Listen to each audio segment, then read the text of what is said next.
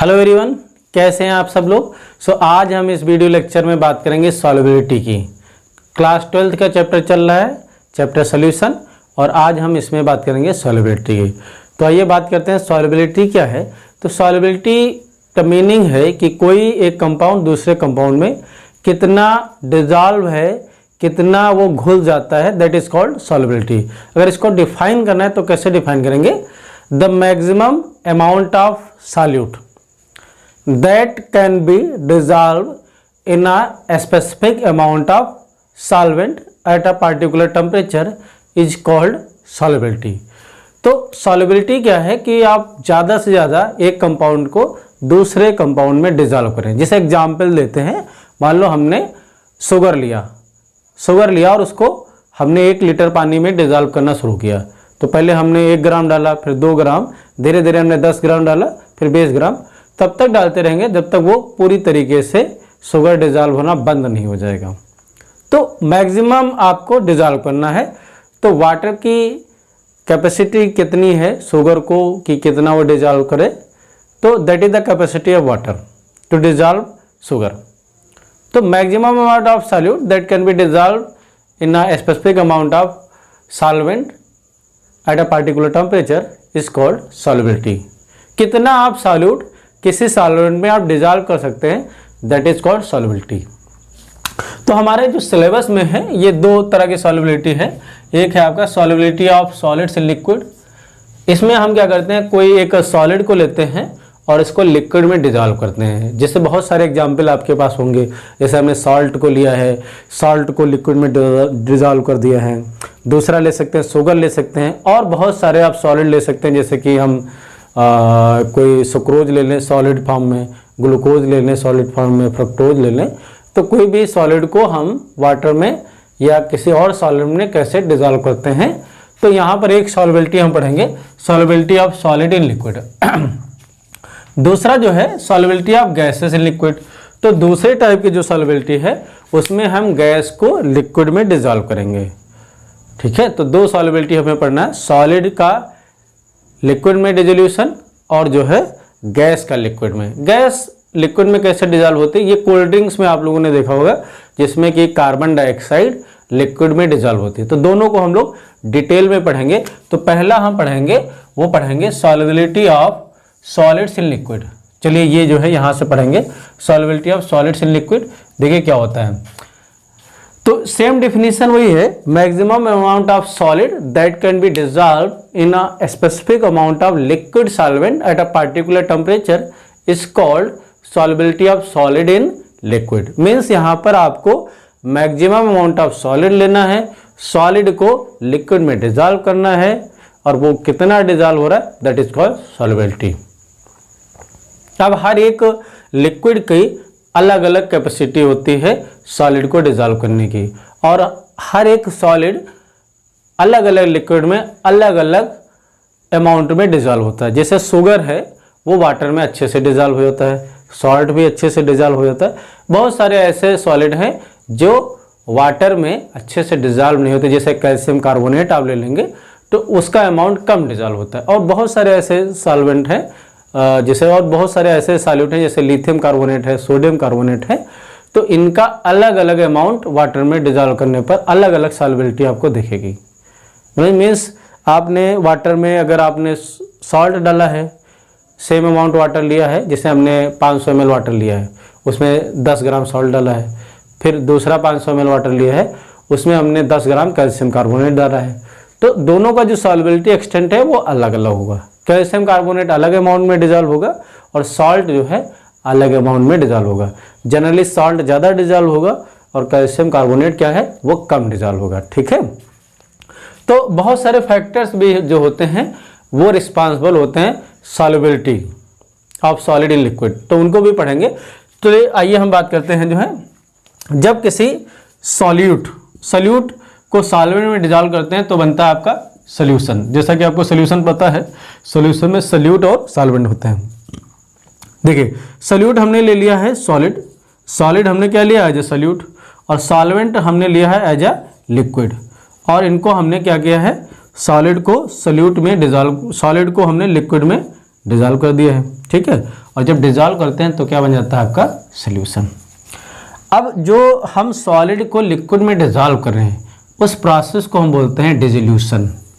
मतलब सॉलिड का लिक्विड में डिजॉल्व होना, दैट इज कॉल्ड डिसोल्यूशन।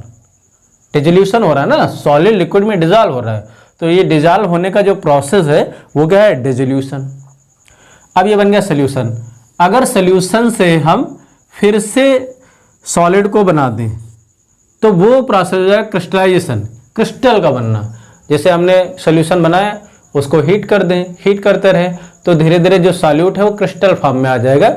मतलब ये क्या हो जाएगा, क्रिस्टलाइजेशन। तो दो प्रोसेस हो गया, एक होगा डिसोल्यूशन। डिसोल्यूशन में क्या होता है, सॉलिड लिक्विड में डिजॉल्व होता है, वो डिसोल्यूशन है।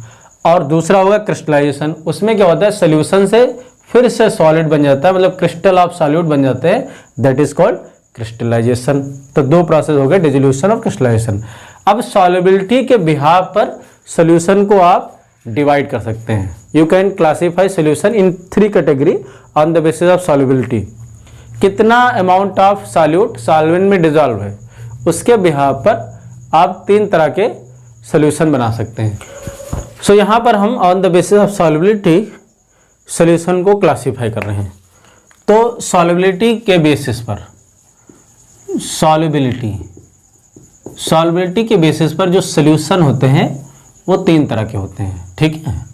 एक होते हैं आपके अनसैचुरेटेड। कौन से होते हैं, अनसैचुरेटेड।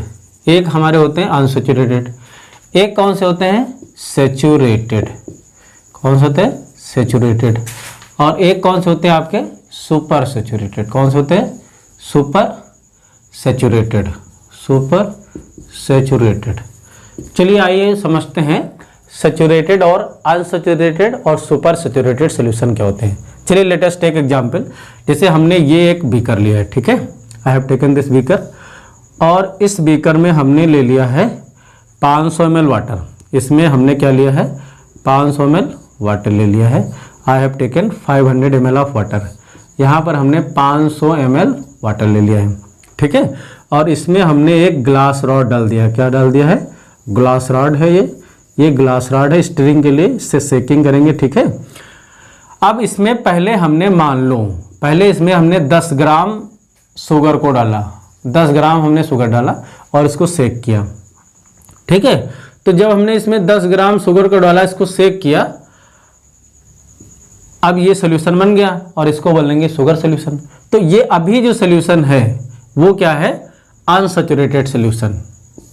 अब जो बना ये अनसैचुरेटेड है, इसमें और हम 10 ग्राम डाल दें, ठीक है, फिर और डाल दें, डालते रहें 10 ग्राम शुगर, और तब तक डालते रहें जब तक इसमें जो शुगर है वो डिजॉल्व होना बंद ना हो जाए।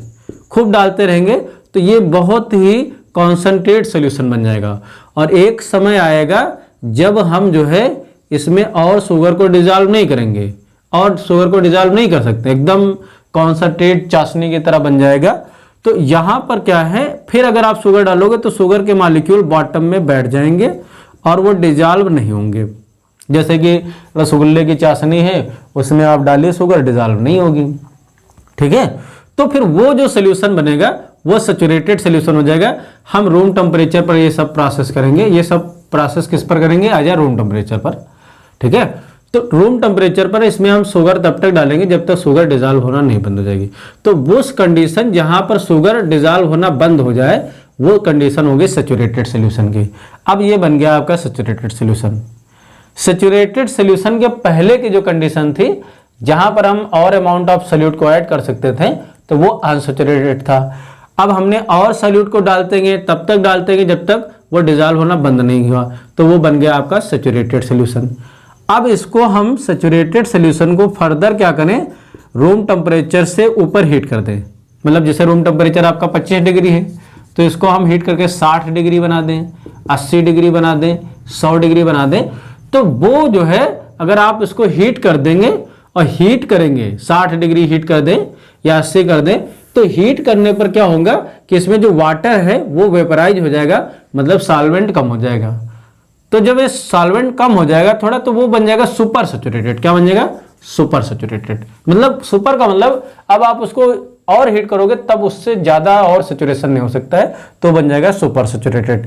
तो देखिए समझिए, अनसेचुरेटेड कौन सा सोल्यूशन है? Those solution in which more amount of solute can be added, solute can be added, मतलब जो है ऐसे सॉल्यूशन जिसमें और अमाउंट ऑफ सॉल्यूट को ऐड किया जा सकता है, they are called saturated solution. Means that solution या those solution in which more amount of solute can be added at room temperature. ठीक है, रूम टेम्परेचर की बात हो रही है। अब सैचुरेटेड क्या है? Those solution in which no more amount of solute can be added at room temperature, मतलब इस तरह के सॉल्यूशन में अब और अमाउंट ऑफ सॉल्यूट को ऐड नहीं कर सकते। No more amount of solute can be added, no more amount of solute can be added, इसमें और सॉल्यूट को ऐड नहीं कर सकते। सुपर सैचुरेटेड क्या होता है? Super saturated solution they are prepared by heating saturated solution. अगर सैचुरेटेड सॉल्यूशन को हीट कर दें तो वो सुपर सैचुरेटेड में कन्वर्ट हो जाएगा। तो आशा करते हैं ये तीनों सॉल्यूशन आपको समझ में आएंगे, अनसैचुरेटेड, सैचुरेटेड और सुपर सैचुरेटेड। अनसैचुरेटेड क्या होता है? जो घर में हम लोग शरबत बनाते हैं, उसमें शुगर डाला, शरबत बना लिया, वो आपका अनसैचुरेटेड है। सैचुरेटेड क्या है? खूब गाढ़ा उसमें डालते जाएं, चाशनी टाइप का बनता जाए, चाशनी को और हीट कर दें तो वो सुपर सैचुरेटेड बन जाएगा। ठीक है, तो ये आपके 3 एग्जाम्पल हो गए, सैचुरेटेड, अनसैचुरेटेड और सुपर सैचुरेटेड। ठीक है, सो आइए हम बात करते हैं factors affecting the solubility of solid in liquid. तो इसमें बेसिकली 3 फैक्टर हैं। एक है आपका nature of solute and solvent, दूसरा है आपका प्रेशर और तीसरा है आपका टेम्परेचर। तो पहला बात करेंगे हम nature of solute and solvent. तो इसमें एक कोटेशन है, लाइक डिजॉल्व लाइक, मीन जो जैसा कंपाउंड होता है वैसे कंपाउंड को डिजॉल्व कर देता है। जैसे हम बात करें, polar compound will dissolve in polar compound and non polar compound will dissolve in non polar compound. चलिए थोड़ा एक्सप्लेनेशन देखते हैं। इसमें हम देखते हैं पोलर जो होते हैं, पोलर, कोई पोलर है तो वो पोलर सॉल्वेंट में डिजॉल्व हो जाएगा। किस में डिजॉल्व हो जाएगा? Polar solvent. मीन्स अगर आपका पोलर सॉल्यूट है, polar solute will dissolve in polar solvent. ठीक है, polar solute will dissolve in polar solvent, will dissolve in polar solvent. उसी तरह अगर हम बात करें नॉन पोलर की, तो non polar solute will dissolve in non polar solvent. Polar में डिजॉल्व होगा, नॉन पोलर को हम कोवेलेंट भी बोलते हैं, कोवेलेंट। तो कोवेलेंट कंपाउंड कोवेलेंट सॉल्वेंट में डिजॉल्व होंगे, और जो पोलर कंपाउंड है, पोलर सॉल्यूट है, वो पोलर सॉल्वेंट में डिजॉल्व होंगे। जैसे इसमें एग्जांपल ले सकते हो, जैसे कि NaCl है, तो NaCl किस में डिजॉल्व हो जाता है? वाटर में। ये दोनों पोलर हैं। पोलर मतलब ये आयनिक है, पोलर आयनिक को बोलते हैं। तो ये पोलर हैं, नियरली आयनिक होते हैं, ऑर्गेनिक में भी पोलर होते हैं, वो अलग चीज है। तो ये वाटर आपका एक आयनिक है, तो आयनिक कंपाउंड आयनिक में आसानी से डिजॉल्व हो जाते हैं। जो आपके इनऑर्गेनिक कंपाउंड है, जैसे कि HCl है, HBr है, HI है, ये सब नियरली आयनिक हैं, सारे आयनिक हैं, और ये सब आसानी से वाटर में डिजॉल्व होते हैं। जो ऑर्गेनिक कंपाउंड हैं, कुछ को छोड़कर, वो वाटर में डिजॉल्व नहीं होते हैं। कुछ कंपाउंड डिजॉल्व होते हैं, वो आपके अलग हाइड्रोजन बॉन्डिंग के अलावा कुछ और चीज़ें उनके कारण डिजॉल्व होते हैं, जैसे कि वाटर, अल्कोहल, ये आपस में डिजॉल्व हो जाते हैं क्योंकि हाइड्रोजन बॉन्डिंग होती है। शुगर डिजॉल्व हो जाता है, शुगर इंटरमॉलिक्यूलर स्पेस में जाता है। जो वाटर होता है, वाटर में इंटरमॉलिक्यूलर स्पेस होते हैं, उनकी कैविटीज में फिट हो जाता है, तो हाइड्रोजन बॉन्डिंग भी होती है। तो ये अलग है। बाकी आपके जैसे जो नॉन पोलर हैं, जैसे आपका बेंजीन है, तो बेंजीन आपका CCl4 कार्बन टेट्राक्लोराइड में डिजॉल्व हो जाएगा। कार्बन टेट्राक्लोराइड जो है वो क्लोरोफॉर्म में डिजॉल्व हो जाएगा। तो ये सब आपके ऑर्गेनिक सॉल्वेंट हैं, और ये ऑर्गेनिक कंपाउंड डिजॉल्व कर लेंगे, ठीक है। ये वाटर में नहीं डिजॉल्व हो जाएंगे। वाटर एक आपका जो है आयनिक कंपाउंड है और पोलर है, तो इसलिए like dissolve like, polar will dissolve in polar and non polar will dissolve in non polar. जैसे कार्बन टेट्राक्लोराइड है बेंजीन में डिजॉल्व हो जाएगा, क्लोरोफॉर्म है वो भी बेंजीन में डिजॉल्व हो जाएगा। तो जितने आपके ऑर्गेनिक कंपाउंड हैं वो ऑर्गेनिक में डिजॉल्व हो जाएंगे, मतलब पोलर। ऑर्गेनिक जनरली आपके जो है कोवेलेंट कंपाउंड होते हैं और ये नॉन पोलर होते हैं, पोलर नहीं होते हैं, नॉन पोलर होते हैं, ठीक है। जनरली बात करते हैं। अब एक्सेप्शन तो हमेशा रहते हैं, जब केमिस्ट्री आप पढ़ रहे हैं तो केमिस्ट्री जो सब्जेक्ट ऑफ एक्सेप्शंस, तो एक्सेप्शन बहुत हैं, ठीक है। एक्सेप्शन की बात नहीं करें, हम जनरल रूल की बात कर रहे हैं। दूसरा जो है वो प्रेशर है, जो सेकेंड फैक्टर है वो है आपका प्रेशर। तो जनरली देखो, अगर हम प्रेशर की बात करें तो आपको पता है कि सॉलिड पर प्रेशर का कोई इफेक्ट नहीं पड़ता है, क्योंकि सॉलिड होते हैं इनकम्प्रेसिबल, इनको आप कंप्रेस नहीं कर सकते, they are incompressible, they can not compress. Liquid भी जनरली कंप्रेस नहीं कर सकते हो, लिक्विड भी इनकम्प्रेसिबल होते हैं। इसलिए जब किसी सॉलिड को हम लिक्विड में डिजॉल्व करते हैं तो फिर जो प्रेशर है उसका ज़्यादा प्रभाव नहीं पड़ता है। मान लो हमने ये वाटर लिया है 500 ml और इसमें हमने शुगर डाला है, ऊपर से ये पिस्टन लगा दिया है, इसको दबा रहे हैं, तो ये कंप्रेस नहीं होगा। जब कंप्रेस नहीं होगा तो इसकी सॉल्युबिलिटी पर कोई प्रभाव नहीं पड़ेगा। तो प्रेशर जनरली प्रभाव नहीं पड़ता है, लेकिन कहीं कहीं पर थोड़ा बहुत पड़ भी सकता है, तो बहुत लिटिल है, बहुत लेस अमाउंट है, तो जनरली प्रेशर नेग्लिजिबल है। इफेक्ट ऑफ प्रेशर क्या है? नेग्लिजिबल है। अब हम तीसरे फैक्टर की बात करेंगे, टेम्परेचर। ये काफ़ी इंपॉर्टेंट है। टेम्परेचर की अगर हम बात करें, टेम्परेचर, तो टेम्परेचर सॉल्युबिलिटी को अच्छे से इफेक्ट करता है। अगर जनरली हम बात करें तो टेम्परेचर बढ़ाने पर किसी भी सॉलिड की सॉल्युबिलिटी बढ़ती है, लेकिन इसमें भी 3 फैक्टर हैं, समझिए टेम्परेचर के 3। पहले ऐसे सॉल्ट जो टेम्परेचर बढ़ाने पर सॉल्युबिलिटी बढ़ती है। तो अगर हम बात करें केमिकल रिएक्शन के दो तरह के होते हैं, एक्सोथर्मिक और endothermic, on the basis of heat या एंथैल्पी। तो जो एंडोथर्मिक रिएक्शन होते हैं उनमें जब आप टेम्परेचर बढ़ाओगे तो सॉल्युबिलिटी बढ़ेगी। तो पहला हम पढ़ेंगे solubility of solid, solubility of solid in liquid increases with increase in temperature, increases with increase in temperature means ऐसे लिक्विड जिनकी सॉल्युबिलिटी टेम्परेचर बढ़ाने पर बढ़ती है। तो इसमें ये जो होता है, जब आप इसमें सॉल्यूट आपका है, ये सॉलिड है और ये लिक्विड है जो कि सॉल्वेंट है, सॉल्वेंट हमने लिया है, और इसके साथ हम जो है इसको अगर आप हीट करोगे तो इनकी सॉल्युबिलिटी बढ़ेगी और ये आपका बन जाएगा सॉल्यूशन। तो यहाँ पर चूँकि ये आपके एंडोथर्मिक हैं, ये जो रिएक्शन है ये एंडोथर्मिक है। एंडोथर्मिक रिएक्शन में जो डेल्टा H होता है वो आपका पॉजिटिव होता है, और डेल्टा H पॉजिटिव है, एंडोथर्मिक है। तो एंडोथर्मिक में टेम्परेचर बढ़ाने पर सॉल्युबिलिटी भी बढ़ेगी, क्योंकि इनको आपको एनर्जी चाहिए।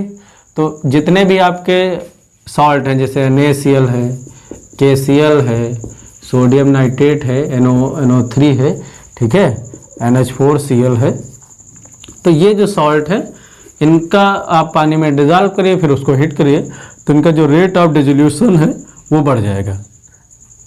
Means on increasing temperature their solubility will increases, ठीक है। तो ये सॉल्ट है, इसके और ले सकते हैं, जैसे KI ले सकते हैं, और इसके अलावा हम ले सकते हैं अमोनियम क्लोराइड ले ही लिए हैं। तो ये ऐसे सॉल्ट हैं जिनकी सॉल्युबिलिटी टेम्परेचर बढ़ाने पर बढ़ेगी, ठीक है। तो इनका अगर हम सॉल्युबिलिटी और टेम्परेचर के बीच ग्राफ बनाएं तो ग्राफ कैसे बनेगा, चलिए आइए देखते हैं ग्राफ कैसे बनेगा। अगर इनका हम टेम्परेचर और सॉल्युबिलिटी के बीच ग्राफ बनाए तो किस इस तरह से बनेगा। जैसे यहाँ पर हम ले लेते हैं टेम्परेचर और यहाँ पर हम लेते हैं सॉल्युबिलिटी। सॉल्युबिलिटी आप किस में लेंगे? सॉल्युबिलिटी आप जो है ग्राम पर लीटर में ले सकते हैं, जिसमें आप लेना है उसमें ले सकते हैं, मोलरिटी में ले सकते हैं, मोल पर लीटर ले सकते हैं। तो इनके जो ग्राफ हैं वो कुछ इस तरह से बनते हैं, ऐसे, ठीक है, ऐसे, और जो है ऐसे, मतलब ये टेम्परेचर है, इसको यहाँ पर 0, मगर टेम्परेचर बढ़ाने पर इनकी सॉल्युबिलिटी क्या है, बढ़ेगी, इनकी जो है सॉल्युबिलिटी बढ़ेगी। जैसे ये आपका NaCl का ग्राफ हो सकता है इस तरह से, ये KCl का ग्राफ हो सकता है, ठीक है, ये आपका Ki का हो सकता है, और ये AgNO3 का हो सकता है। तो इसमें क्या है कि सॉल्युबिलिटी बढ़ाने पर, मीन्स टेम्परेचर बढ़ाने पर इनका जो सॉल्युबिलिटी है वो बढ़ रहा है। तो इस तरीके से आप ग्राफ से देख सकते हैं कि टेम्परेचर, पार्टिकुलर टेम्परेचर पर इनका जो सॉल्युबिलिटी क्या है वो बढ़ रहा है, ठीक है। ये सब प्रोसेस जो होते हैं एंडोथर्मिक, याद रखिएगा जितने एंडोथर्मिक प्रोसेस हैं उनमें टेम्परेचर बढ़ाने पर सॉल्युबिलिटी बढ़ेगी। जैसे आप चाहे नमक को पानी में डिजॉल्व करें या शुगर को डिजॉल्व करें, तो उनको जब आप हीट करेंगे तो उनका जो है सॉल्युबिलिटी बढ़ जाएगी। दूसरा जो है solubility decreases with increase in temperature. यहाँ पर जो है solubility of solid in liquid, solubility of solid in liquid decreases with increase in temperature, मतलब यहाँ पर क्या है, टेम्परेचर बढ़ाने पर सॉल्युबिलिटी क्या है वो घट रही है। तो इस तरह के प्रोसेस जो एक्सोथर्मिक होते हैं, एक्सोथर्मिक जिसमें हीट निकलती है, डेल्टा H की वैल्यू होती है नेगेटिव, हीट निकलती है। तो इसमें जो हम सॉल्यूट को लेते हैं, सॉल्यूट और प्लस जो है हम सॉल्वेंट को लेते हैं, तो यहाँ पर जो आपका बन जाएगा सॉल्यूशन बनने के बाद आपको इसमें हीट एनर्जी क्या है वो निकलेगी। तो इस तरह के जो प्रोसेस होते हैं जो एक्सोथर्मिक होते हैं, उनमें जब आप टेम्परेचर बढ़ाओगे तो उनकी सॉल्युबिलिटी क्या है वो घट जाएगी। तो इस तरह के प्रोसेस जो एक्सोथर्मिक है, जिसमें हीट एनर्जी इवॉल्व होती है, उनमें अगर आप टेम्परेचर को बढ़ाएंगे तो उस केस में जो सॉल्युबिलिटी है वो घट जाएगी। इसमें क्या है कि बहुत सारे सॉल्ट हैं, जैसे कि हम ले लें जो है लिथियम सल्फेट Li2SO4। तो इस केस में अगर आप टेम्परेचर बढ़ाएंगे तो इसकी सॉल्युबिलिटी कम हो जाएगी। उसके अलावा हम सीरियम सल्फेट ले लें C2SO4 का होल 4। सीरियम सल्फेट के केस में भी इनकी सॉल्युबिलिटी क्या है वो घट जाएगी, टेम्परेचर बढ़ाने पर इनकी सॉल्युबिलिटी क्या है घट जाएगी। उसी तरह बहुत सारे सॉल्ट आप ले सकते हैं, जैसे कि सोडियम कार्बोनेट ले सकते हैं और कैल्शियम कार्बोनेट भी ले सकते हैं। सोडियम कार्बोनेट Na2CO3.10H2O, इसकी सॉल्युबिलिटी भी टेम्परेचर बढ़ाने पर क्या है वो घट जाती है, डिक्रीज कर जाती है। ये कम टेम्परेचर पर ज़्यादा डिजॉल्व होंगे और ज़्यादा टेम्परेचर पर कम डिजॉल्व होंगे। इनका ग्राफ कैसे बनता है देखिए।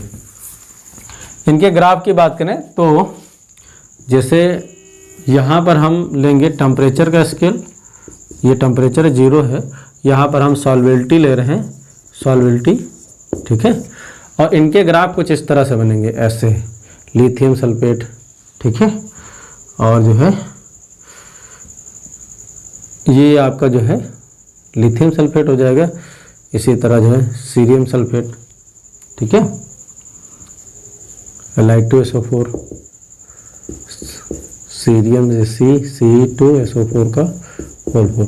तो इनके मतलब जो है जैसे आप टेम्परेचर बढ़ा रहे हो, जैसे ये टेम्परेचर है, यहाँ पर ये सॉल्युबिलिटी क्या होगी कम हो गई, ये सॉल्युबिलिटी क्या होगी कम होगी। मीन्स टेम्परेचर बढ़ाने पर इनकी सॉल्युबिलिटी क्या है कम हो रही है। कम टेम्परेचर पर ज़्यादा सॉल्युबल है, ज़्यादा टेम्परेचर पर कम सॉल्युबल है।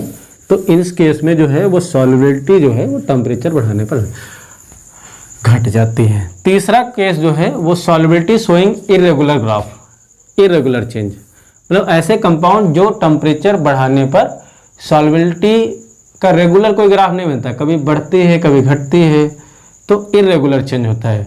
तो उसमें एक पार्टिकुलर टेम्परेचर होता है जिस पर सॉल्युबिलिटी घटती या बढ़ती है, तो उसको बोलते हैं ट्रांजिशन टेम्परेचर। तो ऐसे भी बहुत सारे सॉल्ट हैं जिन केस में जो है सॉल्युबिलिटी आपके क्या करती है टेम्परेचर बढ़ाने पर इरेगुलर बिहेव करती है, ठीक है। चलिए सी हम देखते हैं, सॉल्युबिलिटी शोज इरेगुलर बिहेवियर। सी हम बात करेंगे solubility shows irregular behavior with increase in temperature बढ़ाने पर सॉल्युबिलिटी इरेगुलर तरीके से बढ़ती है। जैसे एग्जाम्पल देखते हैं, जैसे हम एग्जाम्पल देते हैं, ये ग्राफ थोड़ा सा बना रहे हैं। देखिए ग्राफ में देखिएगा, जैसे पहला ग्राफ है आपका जो है इस तरह से बनेगा, इधर ये स्केल टेम्परेचर की है, ठीक है। ये जो टेम्परेचर है वो आपका 32.8 डिग्री सेंटीग्रेड, और ये टेम्परेचर जो है वो ट्रांजिशन टेम्परेचर है। कौन सा है? Transition temperature. तो इस टेम्परेचर पर सॉल्युबिलिटी क्या है? पहले बढ़ती है और फिर अचानक से घट जाती है। ये जो ग्राफ है वो सोडियम सल्फेट का है, Na2SO4 डॉट जो है 10H2, सोडियम सल्फेट डेकाहाइड्रेट। तो जो सोडियम सल्फेट है ये पहले हाइड्रस है, क्रिस्टलाइन Na2SO4 डॉट 10H2। इसको जब आप हीट करते हैं और ये 32 डिग्री 32.8 डिग्री सेल्सियस पर एनहाइड्रस बन जाएगा और ये बन जाएगा Na2SO4, ठीक है। हीट करने पर इसके जो वाटर मॉलिक्यूल है वो हट जाएंगे। दूसरा ग्राफ देखिए, ये जो आपका बनता है ये इसमें ये दो ट्रांजिशन टेम्परेचर है, एक दो। तो यहाँ पर जो है आपका जो है कैल्शियम क्लोराइड की बात कर रहे हैं। तो आपका क्या है, जो है ये कैल्शियम क्लोराइड है, कैल्शियम क्लोराइड। यहाँ पर ये CaCl2.6H2O है, और इसके बाद जो है फिर ये दो मॉलिक्यूल वाटर के निकल जाएंगे, CaCl2.4H2 बचेगा, और फिर जो है CaCl2.2H2। मतलब ये जो टेम्परेचर है ये ट्रांजिशन टेम्परेचर है। कौन से हैं? Transition temperature. तो यहाँ पर सॉल्युबिलिटी अचानक से घटेगी, फिर बढ़ेगी, फिर घटेगी। तो इस तरह से आपको इनका कर्व मिल जाएगा, कैल्शियम क्लोराइड। एक और आपका है, अगर हम फेरस सल्फेट की बात करें तो ये इसका इस तरह से एक ग्राफ बनेगा। यहाँ पर देखें, ये इस तरह से इसका एक ग्राफ बनेगा। तो ये चूँकि ये ट्रांजिशन इसका टेम्परेचर है, और ये फेरस सल्फेट FeSO4 डॉट जो है ये आपका 7H2 है, और यहाँ पर ये FeSO4 बनेगा। तो यहाँ पर क्या है कि जो है FeSO4 को हमने क्या है FeSO4.7H2, इसको हमने हीट किया है और ये 61.8 डिग्री सेंटीग्रेड पर हीट किया और ये फेरस सल्फेट बना लिया है। ये आपका हाइड्रस है, इसमें 7 वाटर मॉलिक्यूल हैं और इसको हीट किया है, ये बन गया एनहाइड्रस, इसमें वाटर मॉलिक्यूल रिमूव हो जाएंगे। तो इसका मतलब है कि आप ये ग्राफ देखिए और ग्राफ से आपको पता चलेगा कि ये इरेगुलर बिहेवियर है टेम्परेचर के साथ। पहले हमने टेम्परेचर बढ़ाया, सॉल्युबिलिटी बढ़ी, फिर घट गई। टेम्परेचर बढ़ाया, सॉल्युबिलिटी बढ़ी, फिर घटी, फिर बढ़ी, दो ट्रांजिशन टेम्परेचर मिले। फिर इसमें फेरस सल्फेट में सॉल्युबिलिटी बढ़ती है, फिर ये घट जाती है। मतलब टेम्परेचर बढ़ाने पर एक फिक्स्ड नहीं है कि सॉल्युबिलिटी बढ़ेगी या घटेगी, यहाँ पर सॉल्युबिलिटी बढ़ती भी है और घटती भी है। तो ये हुआ टेम्परेचर का इफेक्ट। तो हमने जो है आपको ये बताया इस वीडियो लेक्चर में सॉल्युबिलिटी के विषय में बताया। उसके बाद हमने ऑन द बेसिस सॉल्युबिलिटी कितने तरह के आपके सोल्यूशन होते हैं, सैचुरेटेड, अनसैचुरेटेड और सुपर सैचुरेटेड बताए।